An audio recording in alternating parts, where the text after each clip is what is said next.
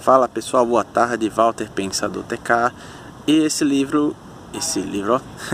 esse vídeo vai ser uma série de resenhas de livros que eu vou fazer. Como eu prometi em um vídeo anterior, eu vou estar começando uma série de resenhas de livros, começando por este livro aqui, que é Você Pode Confiar nos Comunistas. Você vê que é um livro bem antigão, meio rasgado, que foi um livro que eu peguei emprestado na biblioteca aqui da Universidade Federal do Rio Grande do Norte, certo? Ele tem uma versão mais recente, que não me engano Você Pode Confiar nos Comunistas e também nos Progressistas, acho que foi em 2010, um ano depois da morte do autor desse livro aqui. Mas falando um pouco antes de falar sobre esse livro, vou falar rapidamente sobre quem é o autor. O autor se chama Fred Schwartz. Ele é um australiano, um médico cristão e um ativista anticomunista. Esse não foi o único livro que ele escreveu. Ele escreveu, acho que, se não me engano, outros dois depois desse aí, mas esse foi o primeiro, teve um grande sucesso. Ele escreveu esse livro em 1960. E, informação interessante, a versão em português, a primeira que eu saiba, que é a que eu estou em mãos aqui, ela foi feita em 1963, ou seja, um ano antes de 1964, consequentemente um ano antes do golpe militar. Interessante, né? E foi parte de um esforço cristão que se chamava Cruzada Cristã Anticomunista. Então você já tinha nessa época organizações preocupadas com o avanço do comunismo, porque nessa época já tinha acontecido a Revolução Cubana, não se esqueça disso. E o pessoal ainda tem essa alcunha de dizer que não havia ameaça comunista no Brasil, né? Enfim, nosso foco é a análise desse livro. Eu vou fazer vários vídeos a respeito, pretendo fazer, toda sexta tá upando um desses livros, dessas resenhas para vocês, capítulo a capítulo, se necessário, se for possível mais de um.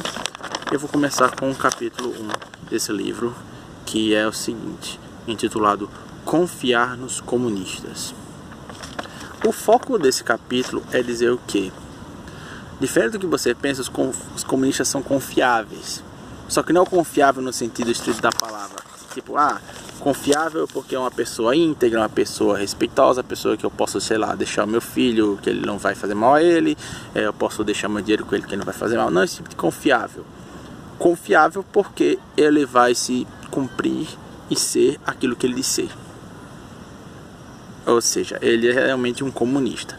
Agora, você tem que conhecer os seus padrões para que você se aproveite dessa previsibilidade para estudá-los e combatê-los. Esse era o enfoque dele. Inclusive, ele não acreditava que os comunistas eram hipócritas. A gente vê muito, meu Deus, o comunista tá aí, ele diz que é a favor da paz, e tá aí as guerras que ele propaga, ele quer do proletariado, blá blá blá. É uma hipocrisia. Não. Segundo esse autor, isso não é hipocrisia dele. E eu vou explicar por quê. Então vamos lá. Na página 3, ele começa introduzindo o que seria o marxismo leninista. Lembre-se que ele estava na época do puro marxismo, apesar que já havia vertentes mais, digamos assim, menos violentas nessa época, que não fossem inclusive revolucionárias. Vamos lá. No capítulo, na página 3, ele define o marxismo-leninismo. O que é o marxismo-leninismo? Reduzido a seu mínimo essencial, o marxismo é a doutrina da universalidade da luta de classes, e o leninismo, que vem de Lenin, né? A doutrina do papel histórico do Partido Comunista de levar a guerra de classes total à vitória comunista mundial. Ou seja, os comunistas acham que eles têm uma luta de classes, uma guerra a travar, e eles que são os que devem vencer, são eles que têm a solução para esse problema, que é baseado justamente no que Marx disse. Marx disse que o mundo possui uma luta de classes. Não é Marx que criou, segundo ele. Ele disse que o mundo existe a luta de classes, que você tem a classe da burguesia, os detentores do meio de produção, e os proletários, aqueles que estão produzindo os meios de produção, os trabalhadores, eles recebem salário da burguesia. Você já pode ver que isso aí é digamos assim, um reflexo da realidade muito alienado, muito resumido e simplista. Porque não existe só proletários, não existe só burgueses, no caso, patrões. E eles se misturam principalmente na sociedade de hoje. Então você repara que ele já tinha premissas erradas. Segundo Marx, a burguesia oprimia o proletariado através do Estado. E eles precisavam tomar o Estado para inverter a opressão. E ao invés dos burgueses oprimir o proletariado, são os proletariados através da ditadura do proletariado que vão oprimir os burgueses. Esse era a base. E aí o que acontece? Os regimes comunistas, o Partido Comunista, que é o cabeça de tudo, por sinal, há uma guerra entre o Partido Comunista, que seria o que representa os interesses do proletariado, segundo Marx, e o Estado malvadão burguês. Alguns países teriam aderido a eles, a própria União Soviética sendo um deles, a Rússia, né? Que a União Soviética não é só a Rússia é aquele conglomerado de países que eles conquistaram. Os que não foram afetados, a América em especial, que a gente conhece como Estados Unidos, virou sinônimo do Estado burguês. Daí vem o caráter internacional do comunismo. Nós temos uma guerra declarada, não é uma guerra que vamos travar, que nós pensamos travar, nós já estamos travando essa guerra, pelo simples fato de que eles são burgueses, nós somos proletários, eles são opressores que nós temos que destruir. Daí vem o anti-americanismo, manifestado principalmente na época da Guerra Fria, muito bem retratado no documentário 1964, Entre Armas e Livros, do Brasil Paralelo, que eu analisei antes. Então você vê a origem do comunismo em relação à luta de classes e o anti-americanismo que eles tanto sustentam. E aí o livro fala uma coisa interessante, que é aquela frase que pais muito dizem para nós, né? Se um não quer, dois não brigam, né? É uma frase de senso comum, normalmente funciona, certo? Mas não no caso dos comunistas. Para eles, quando um não quer, dois brigam, porque eles declaram a guerra e não vão sossegar enquanto não vencerem a guerra. Então não há como você dizer que não pode entrar em conflito com eles, porque eles automaticamente vão entrar em conflito por você, porque na ideologia comunista, na visão comunista, se você está do lado da burguesia, você é um opressor, você é alguém a ser derrubado. E interessante que isso aí é uma coisa que aliena as pessoas, como exemplo que ele cita nas páginas 4 e 5, de um senhor lá simples, que não tinha nenhum antecedente criminal, um rapaz comum, um trabalhador, que esse médico, o próprio autor do livro, atendeu. Ele estava tentando induzir vômito a si mesmo. Por quê? Porque ele tinha a visão de que os americanos iam pegá-lo. Ele morava, se não me engano, acho que era na Indonésia, Filipinas, deixa eu conferir aqui. Não, ele estava na Austrália, mas ele tinha medo que os americanos estavam avançando contra o Japão na Segunda Guerra, que os americanos iam pegá-lo. Ele tinha essa visão paranoica, mesmo pensando que os americanos não estavam nem aí para ele. E aí o que aconteceu? Um dia, algumas pessoas morreram, dos americanos, um soldado, e foi descoberto que ele os matou. Então você vê, ele alimentou um ódio oriundo de uma paranoia de que esses caras estavam buscando a sua vida, quando eles não estavam nem aí para ele, não iam possivelmente fazer mal algum a ele, mas ele os matou, ele criou a briga.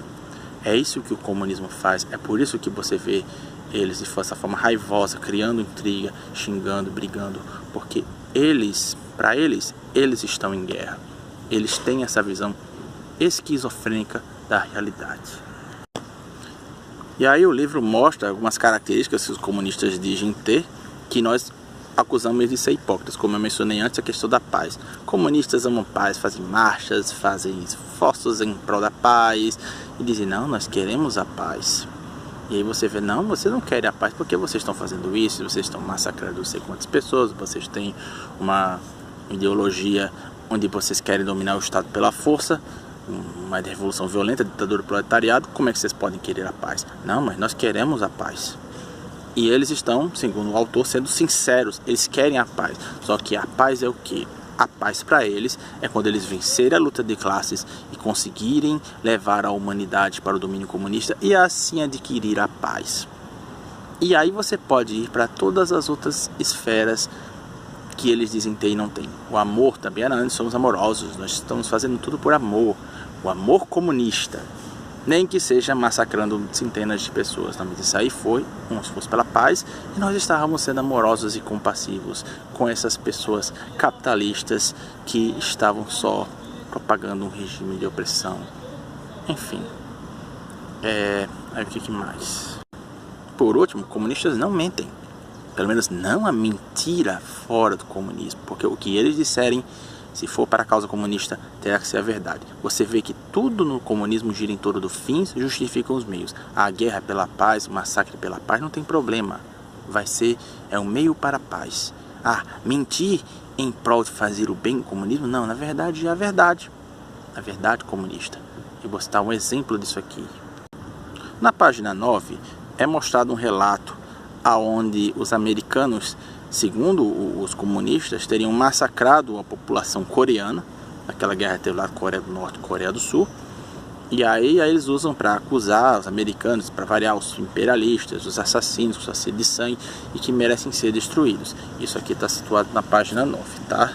Que eles acharam uma série de cadáveres e colocaram como se fossem os americanos. Mas o que foi descoberto, na verdade, é que os comunistas coreanos, quando eles estavam avançando para o norte, porque eles, Coreia do Sul, Coreia do Norte, você sabe que a Coreia do Sul foi a porção capitalista dominada pelos americanos, e a Coreia do Norte até hoje, um dos regimes mais fechados do mundo, diga-se de passagem, foi a parte comunista. Enquanto eles avançavam para o norte, pegaram todas as pessoas que eram aptas a lutar. Aqueles que não eram, os comunistas massacraram, jogaram em poças e abandonaram. E aí quando os americanos passaram atrás deles, topando com os copos, foram eles acusados de serem os que massacraram. Veja que beleza a manipulação da verdade. Não é muito antigo o comunismo manipular a verdade. Então não se surpreenda o que eles fizeram com 1964 para dizer que os caras que combatiam lá eram heróis que estavam combatendo o regime militar e querendo a ditadura do proletariado, na verdade queriam democracia. Pela revolução, mentir é regra, se for necessário. Então não se iluda quanto a isso. Então esse capítulo 1 introduz essas questões. O comunismo é a luta de classes forjada por Marx, uma luta falsa, simplista, e que você vê que é fora da realidade.